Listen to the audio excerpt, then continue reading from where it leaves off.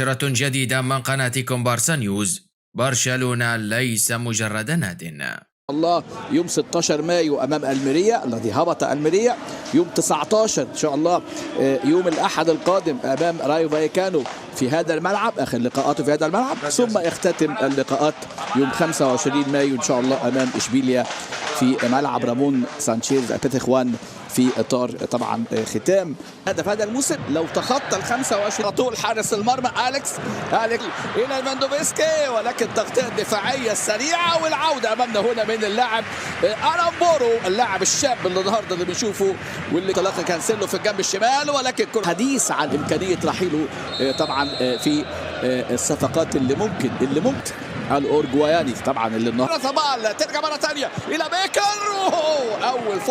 اول فرصه طبعا طموح عاليه، لكن الكره امام كونت.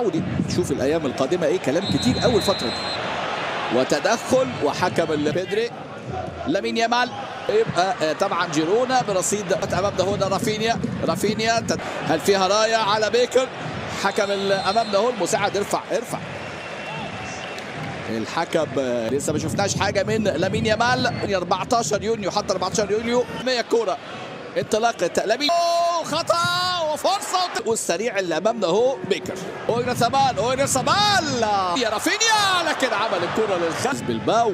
داني اولمو رائع. جوندوجان ولكن كوبارسي وبيكر اللي متسلل، لكن التسلل امامنا هو ينقذ وخارج ملعبه. عنده لقاء كوبارسي 17 عكر، ولكن تم الغاء الهدف بعد 55. جوندوجان فاول قوي قوي وتدخل قوي، اللقطه اللي فاتت مهاره وفاصل من جون متعه، ولكن الكره كعبلت في رجله ويطلع على طول حارس الجزاء. ما شفناهوش في مباراه لنورمان. قمنا الكرة عايز يلعبها لكن سهلة. هنا مرور يا ولد، عدى حلوة. سداد بيلعب 4-4-2 النهارده. بنشوف مرمى بوليفيا في 4 لقاءات. حلوة قوي. رافينيا الهدف الأول في القائم الشمال. رافينيا أجمل كورة، أجمل هجمة. بيدري عمل تمريرة حلوة قوي. الكرة اللي فاتت دي واحدة من الحلول المهمة، التسديد من خارج منطقة الجزاء. رافينيا سدد كورة لكن جملة حلوة. شوف جوندوجان بقى المرة دي بنشوف زيادة عددية والتحرك. جوندوجان وبيدري يعني ارتكز حلو قوي وطلع كرة رافينيا القائم ضربت في القائم وتعود لجوندوجان. فرصة مزدوجة، أخطر كرة للبصرة دي. أول أهداف المباراة لامين جمال. لامين جمال كورة جوندوجان للامين جمال، والهدف الاول الياباني اللي مش بيشجع كوبو جاي يشجع لامين جمال. ولامين يامال امامنا هو يا ولد يا لامين يامال، وهو جمال ملوش مثال في هدف حلو قوي الكرة من جوندوجان. وشوف بقى السرعه، التمريره قصيره. اللاعب رومن امامنا هو 24 اتلتيكو 11 لقب بالباقي النهارده الاورجواي. بص يا خبر ابيض، ايه الكرة دي يا بينات ريانتس؟ عمل كرة غريبة جدا امامنا. ادي بينات ريانتس اكاديمية ريال سوسيداد. ادي الكرة بتاعت بيرشتيجن ادي امامنا. يا ولد رافينيا ناويها رافينيا، بيقول له في ركنية. ادي رافينيا تاني كرة. رافينيا بادي بنشاط، يحاول طبعا يفنش بقوة. حضراتكم اسماء بص، لكن اللي قريب قوي تعود مره ثانيه للسيطره. محاوله نياكي ويليامز كمان من الاسماء. 20 عام تريانتس لعبها خطيره، عدت كره قويه في ارتفاع يعني منخفض، اي لمسه تبقى خطوره. سجل 5 اهداف السريع، لكن على طول امامنا هو كان في ريال يونيون. وادي فاول يا راجل احسب يا راجل احسب. وكرة امامنا اهو كانت فوق العارضه منذ قليل، وادي الكرة رايحه في المقص، لكن حارس المرمى اليخاندرو واعراض الى ويسكا كان صعد عن طريق لامين يامال. الشوط الاول ممكن التعادل. برايس مينديز يا ولد على المراوغه، لكن كورته تبعد سنتيمترات. كرة التعادل. بص هنا السرعه وكرة ايه كان ممكن يسجل، لكن شوف خطأ هنا في اللقطة اللي فاتت. جوندوجان وبرايس قطعها حلو قوي. بص يا ولد لم بعد قليل. ادي امامنا هنا المباراة عمق بيكر، ولكن المرة دي سابقة طبعا كان ليه فترات مميزة قوي، كان كبديل في محاولة تدعيم ومناسبات. كرات العرضية العالية امام انشط. ادي امامنا تاكي، لكن تاكي كوبو تاكي يا ولد يا ولد ترشتي.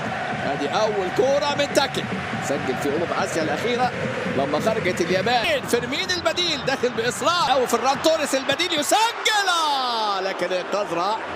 هجمة سريعة، اول كرة امامنا هنا البديل فران ده الموسم. رافينيا يسجل، رافينيا وينهي الامور، وثلاث نقاط غالية للبارسا امامنا هنا في هذه اللحظات. ادي امامنا هنا طبعا ادي النجم رافينيا. قرر مسؤول برشلونة تضحية بأحدث المنضمين لصفوف الفريق خلال الميركاتو الصيفي القادم. ووفقا لصحيفة سبورت فإن المهاجم البرازيلي فيتور روكي لن يكون ضمن قائمة برشلونة في الموسم المقبل. وأشارت الصحيفة إلى أن المدرب تشافي هرنانديز والمدير الرياضي ديكو اتفقا على أن الخيار الأفضل هو خروج روكي للإعارة. ويرى تشافي أن فيتور روكي لا يزال غير جاهز للنجاح في برشلونة، ومن الأفضل له الانتقال إلى فريق أوروبي آخر. وأوضحت أن هناك خلافا محتملا بين مسؤولي برشلونة وأندري كوري وكيل اللاعب، لأنه صرح مؤخرا بأن رحيل روكي على سبيل الإعارة مرفوض. وأكد وكيل أعمال روكي أن اللاعب سيرحل نهائيا إذا لم يتمسك برشلونة باستمراره مع الفريق. يجهز اتحاد جدة عرضا قويا للتوقيع مع الألماني مارك أندري تير شتيغن حارس برشلونة في الصيف المقبل. وقالت صحيفة موندو ديبورتيفو الإسبانية ترددت شائعات في السابق حول اهتمام فريق سعودي بتير شتيغن، ورغم ذلك كانت مصادر مقربة من اللاعب تنفي ذلك بسبب عدم وجود أي عروض مؤكدة. تمكنت الصحيفة من تأكيد هذه الأنباء، وأن اتحاد جدة سيتقدم بالفعل بعرض لتير شتيغن بمجرد انتهاء الموسم الحالي. رامون بلانيز المدير الرياضي للاتحاد يعرف تير شتيغن جيدا من فترة عمله في برشلونة، ولا يشك في أنه الحارس المثالي للنادي السعودي. المحى أشرف بن عياد من جانبه الصحفي المتعاون مع الصحيفة في فبراير شباط الماضي بأن تير شتيغن يحظى باهتمام كبير من فريق سعودي. كما تحدث فابريزيو رومانو عن اهتمام نادي الاتحاد بحارس برشلونة إلى جانب نجوم آخرين مثل كيفن دي بروين ومحمد صلاح. وتؤكد الصحيفة أن أنباء اهتمام اتحاد جدة بتير شتيغن صحيحة، رغم أن الصفقة لا تزال صعبة.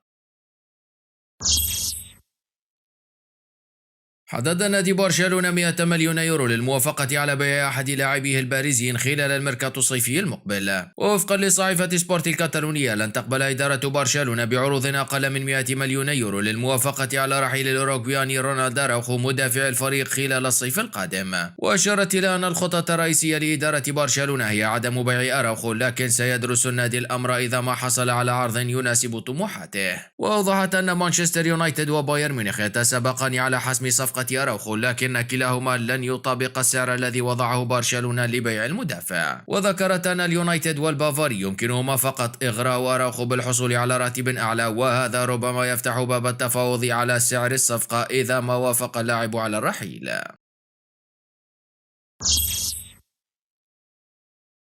يدرس نادي برشلونة تعاقدا مع حارس جديد خلال الميركاتو الصيفي القادم. ووفقا لصحيفة موندو ديبورتيفو الإسبانية فإن التوقيع مع حارس جديد ليس أولوية لدى إدارة برشلونة مثل دعم مركز لاعب الوسط المدافع أو الجناح، لكنه احتمالية واردة في الميركاتو. وأشارت إلى أن وجود الألماني مارك أندري تير شتيغن كحارس أساسي أمر لا خلاف عليه، لكن تدرس الإدارة وضع الحارس البديل في الموسم المقبل. وأوضحت أن إناكي بينيا بعد أن لعب وظهر بمستوى جيد هذا الموسم أثناء إصابة تير شتيغن قد يخطط للرحيل في الصيف للحصول على دور أساسي مع فريق آخر. وذكرت أن إدارة برشلونة في حالة رحيل إناكي بينيا قد تتحرك للتعاقد مع حارس بديل بشروط منخفضة حتى لا يتعارض ذلك مع قانون اللعب المالي النظيف. وكشفت في الختام أن إدارة برشلونة تفكر أيضا في تصعيد أندر أسترالاغا من الرديف ليصبح الحارس الثاني في الفريق الأول. رد بيني زهافي وكيل البولندي روبرت ليفاندوفسكي مهاجم برشلونة على أنباء رحيل اللاعب عن البارسا، وذكرت التقارير أن ديكو المدير الرياضي لبرشلونة سيجتمع مع بيني زهافي هذا الأسبوع من أجل دراسة خفض راتب ليفا أو رحيله. وقال زهافي في تصريح أبرزه فابريزيو رومانو خبير الميركاتو على حسابه بشبكة تويتر إنها أخبار كاذبة وهراء، ليفاندوفسكي سيبقى في برشلونة بنسبة 100% خلال الموسم المقبل. وذكرت التقارير أن برشلونة منزعج من راتب ليفا الذي سيرتفع في الموسم المقبل إلى أكثر من 30 مليونا، وأوضحت أن ليفا وافق على تقاضي 20 مليونا فقط في موسمه الأول لمساعدة برشلونة على حسم الصفقة، لكن ارتفع راتبه هذا الموسم وسيواصل الارتفاع بالموسم المقبل ثم سينخفض مرة أخرى في الموسم الرابع.